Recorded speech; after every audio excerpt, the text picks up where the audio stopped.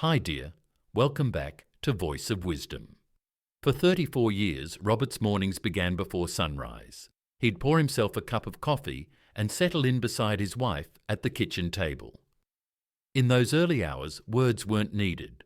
The quiet between them spoke volumes. These days, he still wakes at 6 a.m., out of old habit. The coffee pot gurgles in the same familiar way, but now the chair across from him sits empty. The silence, once comforting, has changed. His children have their own lives, busy with families and commitments. The phone barely rings, and his calendar, once overflowing with appointments and responsibilities, is mostly empty. The man who spent decades guiding hundreds of students now faces a new question. How does he guide himself through the day? What happens when the world doesn't need you the way it once did? It's a question many of us never imagined we'd face. We've spent years building, striving, giving, raising children, advancing our careers, holding families together. We became masters at showing up for others, but somewhere along the line, we stopped asking ourselves, what do I need now? That's what this video is about. Not just retirement or slowing down, but something deeper. It's about arriving at this chapter of life with arms full of memories and a heart that's still searching for meaning, for peace, for joy that isn't tied to achievement or obligation. If you've ever noticed the quiet growing louder or found yourself wondering what comes next, stay with me. Because maybe this chapter of life isn't about doing more. Maybe, at last, it's about doing what truly matters. Section 1. You've done enough, now breathe. For most of our lives, we were told that our worth was tied to how much we did, how much we achieved, how full our calendars looked. We were taught that productivity was purpose, that being busy meant being important. So we worked, we built, we stayed late, we showed up, we raised families and chased goals and carried responsibilities most people never even saw. But what happens when the work stops, when the house is quiet and the kids are grown and no one needs your advice on a Monday morning? Linda knows that feeling well. She was an emergency room nurse for over 30 years. The kind who never sat still, the kind who missed Christmas dinners and birthday parties because someone else needed her more. When she retired at 62, everyone said, "You deserve it." But inside, she didn't feel free. She felt guilty. She felt like she was letting the world down by slowing down. For months, she kept finding things to do, rearranging cabinets, overbooking her days, volunteering every hour she could. She couldn't bear the thought of doing nothing. But then something shifted. One morning, she left her phone in the kitchen, sat by the window with a cup of tea, and just watched the light move across the floor. No plan, no purpose, just peace. She cried, not because she was sad, but because she realized she hadn't let herself breathe in years. It took time, but Linda discovered that doing less didn't mean she was giving up. It meant she was choosing differently. She wasn't chasing value anymore, she was living it. Oprah once said, "You are not what you do, you are who you are." And maybe now more than ever, the truth matters. This chapter of life isn't about proving anything. It's about returning to yourself. You've done enough. Now it's time to breathe. Section 2. Time is the real currency. There's a man who has $2 million in the bank, but he spends most of his days lying in a hospital bed, staring at the ceiling. His schedule is filled with doctor appointments, not dinners with friends. His time is limited, and no amount of money can buy him more. Then there's another man living on just $20 a day. Not rich by any financial standard, but every morning he hears his granddaughter giggle while they eat oatmeal on the front porch. He calls it the richest moment of his day. We grow up thinking that money is the goal, save more, earn more, plan better. But eventually we realize that time, not money, is the real currency. The Harvard study of adult development, one of the longest studies ever done on happiness, came to a simple conclusion. Meaningful relationships, not wealth, are what lead to a fulfilling life. It's not about how much you have, it's about how deeply you live. John is 72. 2 years ago, he sold his house, his car, and most of his belongings. With the money, he bought a small RV. Now he drives across the country, visiting old friends, seeing places he never had time for when he was working. He says, "I never felt richer," because what he's collecting now isn't money. It's moments, conversations, sunsets, long hugs, and shared memories. Time is the one thing you can't earn back, and once you start seeing it that way, everything changes. The real question becomes this: what are you buying with your time? Are you investing it in things that matter, in people who matter? Or are you spending it like it's endless, only to realize one day it's not? This stage of life invites us to spend differently, to trade noise for quiet, to trade more stuff for more connection, and maybe, just maybe, to stop measuring life by what we own and start measuring it by how it feels. Time is the real wealth, and it's yours to spend. Section 3. Less work, more life. Frank spent over 3 decades as a firefighter. He was the first one in and the last one out. People trusted him with their lives. He didn't just have a job, he had a purpose. When he retired at 66, people clapped, gave him a plaque, said, "Thank you for your service." Then silence. No alarms, no calls in the night, no one needing him like they used to. At first, he enjoyed the quiet, but after a few weeks, it started to feel empty. He looked around his house, tidy and still, and asked himself a question he hadn't asked in years. Who am I if I'm not saving anyone? That question lingered until one afternoon, walking home from the grocery store, he saw a boy fall off his bike. It was small, scraped knee, scared face, but Frank ran without thinking, just like the old days. He cleaned the cut, calmed the boy down, waited with him until his mother arrived. And in that moment, something clicked. Frank didn't need a uniform to matter. He didn't need a firehouse or a job title. His value didn't retire when he did. It just moved into something quieter, something smaller, but no less important. Maybe you've felt the same way, like you've stepped off a stage and the spotlight disappeared. But the truth is, you're still here, still needed, still powerful. What if work isn't what makes you worthy, but your presence is? You've spent a lifetime being dependable, responsible, capable. And none of that fades just because your desk is now empty. You haven't lost your value. You've just entered a season where you get to choose how you use it. Less work doesn't mean less life. Sometimes it means more connection, more intention, more freedom to be exactly who you are, without anyone else's expectations attached. You haven't stepped back. You've stepped into something new. Section 4. Live on your own terms. Carol was 69 when she got her first tattoo, a small bluebird on her wrist. It wasn't loud or flashy, but to her it meant everything. For most of her life, she played by the rules, raised 3 kids, worked in an office for almost 40 years, dressed how she was expected to, smiled politely even when she wanted to scream. But after her husband passed and the house got quiet, she started asking herself questions she hadn't asked in decades. What do I want? What have I always been curious about? She remembered loving to draw as a child, so she signed up for an oil painting class at the community centre. The first time she walked in, she almost turned around. Everyone there seemed younger, more confident. But something told her to stay.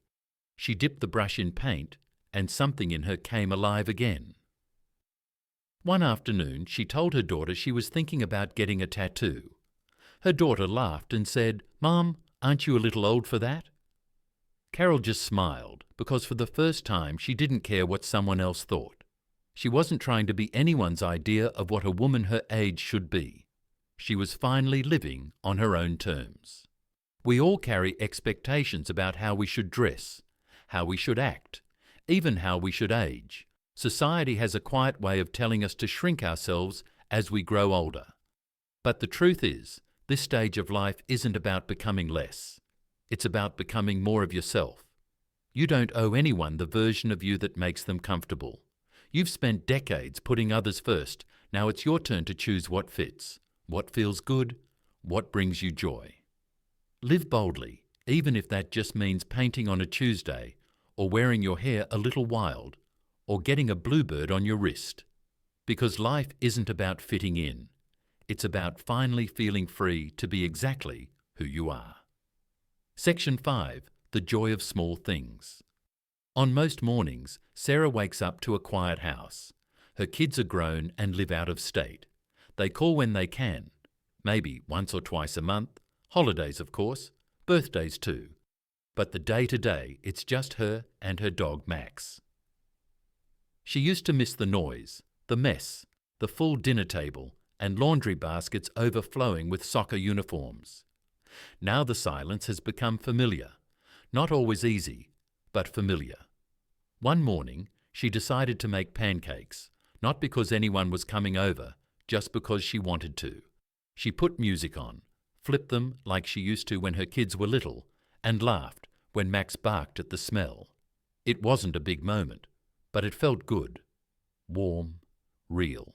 Later that day, she called her childhood friend, someone she hadn't spoken to in years. They talked for an hour about nothing really and everything. That call reminded her connection doesn't always have to come in big ways. Sometimes it's just hearing a familiar voice. Happiness isn't hiding in some future plan. It's here, in the small things. A slow walk after dinner, the smell of clean sheets, watching birds from the porch with a cup of coffee in your hands. Of course, it hurts when your kids don't call as often as they used to. That ache is real. But instead of waiting for someone else to fill the space, maybe it's time to fill it yourself. Invite the neighbour over for tea. Join a book club. Volunteer at the animal shelter. Smile at the woman you see every morning on your walk. The world is still full of people who want to connect. Sometimes we just need to take the first step. Joy doesn't always knock loud. Sometimes it whispers. You just have to be quiet enough to hear it, and when you do, you'll see life is still full, not with the noise of the past, but with the quiet, beautiful rhythm of today. Section 6. Freedom from Opinions. Teresa is 58. She's a grandmother, a retired school librarian, and someone who always followed the rules. She raised her kids, paid her bills, dressed modestly, and never drew too much attention. That was the way she was raised, to be polite, to be proper, to never stand out too much. But one afternoon, her granddaughter asked her to dance, just a silly little tick-tock dance they'd practiced in the living room. Teresa laughed, said no at first, said it was not for someone her age, but her granddaughter begged, so she gave in. She danced barefoot in her living room, with her hair pulled back and her laughter loud. They filmed it. The video sat on her phone for 2 days. Teresa almost deleted it. She kept thinking about what people might say. What if someone from church saw it? What if the neighbours thought she looked ridiculous? But something inside her said, why not? So she posted it. That video got over 1 million views, not because she was the best dancer, not because it was perfect, but because it was real. It was joyful. It was free. For the first time in years, she felt like herself, not someone's wife or mother or neighbour, but her. And she realised how much of her life had been shaped by what other people might think. There's so much pressure, especially for women after 50. Look younger, act your age, dress a certain way, speak a certain way. But who made those rules? And why are we still trying to follow them? You don't need anyone's approval to be happy. You don't need to shrink yourself to fit someone else's idea of who you should be. You've earned your freedom, not just the kind that comes from retirement, but the deeper kind, the kind that says, I don't need permission to be myself. So dance, laugh, wear the bright colours, post the video, live the way you want to live, because the only opinion that truly matters now is your own. Section 7. Let go of the need to control. Mike had a plan, a solid one. He worked hard, saved for decades, followed every rule in the retirement books. By the time he was 63, he had just enough to feel comfortable, enough to travel with his wife, spoil the grandkids, maybe buy that little cabin by the lake. But then 2008 happened. The markets crashed, and with them, 70% of his retirement savings disappeared just like that. A year later, his wife passed away after a short illness. His daughter's marriage fell apart soon after, and Mike found himself helping raise his grandson part-time. Nothing about this stage of life looked the way he thought it would. He was angry at first, at the system, at fate, even at himself. He had done everything right, and yet here he was. No vacations, no lake house, just a small apartment and a life that looked nothing like the one he had planned. But slowly, something shifted. He began walking more, not because it was part of a plan, but because it cleared his mind. He sold most of what he owned, kept only what he truly used. He started gardening on his tiny patio, and each morning he brewed coffee, watched the sky turn blue, and let the day come to him without needing it to look a certain way. "I lost the plan," he said, "but I found peace." There's something freeing in no longer needing to control every outcome. Life rarely sticks to the script, no matter how carefully we write it. And sometimes what we think is a loss becomes space for something better to grow. Letting go doesn't mean you're giving up. It means you're making room for grace, for presence, for what's still possible. What if this chapter isn't about fixing everything? What if it's about learning to live inside the moment you're in? You've done enough planning. Maybe now is the time to trust the unfolding. Section 8. Gratitude changes everything. Every morning, Alice sits by the window with a pen, a small notebook, and a warm cup of tea. She's 75 now, and her routine has changed over the years. The house is quieter, her days move slower, but one thing stays the same: her list. 3 things she's grateful for. Just 3. Sometimes it's simple. I can still see clearly without glasses, or the tea is hot today. And almost always, Milo the cat is still curled up beside me. She started doing it after her husband passed. The grief came in waves, some small, some heavy. A friend suggested she try writing down what's still good, just to anchor herself. At first, it felt forced, but with time something softened. That little notebook became a lifeline, not because it changed her circumstances, but because it changed how she saw them. According to research from AARP, older adults who regularly practice gratitude have up to a 30% lower risk of depression, not because their lives are perfect, but because their perspective is. Gratitude doesn't erase pain. It doesn't pretend things are always easy, but it reminds us there's still light, even on the hard days. It shifts our focus from what's missing to what's still here. Alice says it best: when I notice what I have, I stop worrying so much about what I've lost. And she's right. The small things matter more than we think. The first sip of coffee, a breeze through the curtains, a neighbour waving from across the street. You don't need grand moments to feel grounded. Sometimes it's just knowing you're alive, and that today gave you something, anything, to appreciate. Gratitude doesn't ask for more. It simply invites you to see what's already yours. And in doing that, it changes everything. Not the world around you, maybe, but the world inside you, which in the end is where peace begins. Section 9. Purpose isn't over, it's just evolved. Samuel spent over 40 years teaching literature at a university. His lectures were packed, students admired him. He had purpose, structure, and a rhythm that gave each day meaning. When he retired at 69, everyone celebrated. But once the parties ended and the calendar cleared, the silence hit harder than he expected. He missed the students, the questions, the feeling of offering something useful. He thought retirement would feel like freedom. Instead, it felt like being erased. A few months later, while reading at the local library, He overheard a teenager struggling with an essay on instinct. He leaned over and offered a suggestion. The boy thanked him and asked if he'd be there next week. That moment lit something up. Now, every Tuesday and Thursday, Samuel runs a free writing class at the library. No grades, no formal structure, just people who want to learn.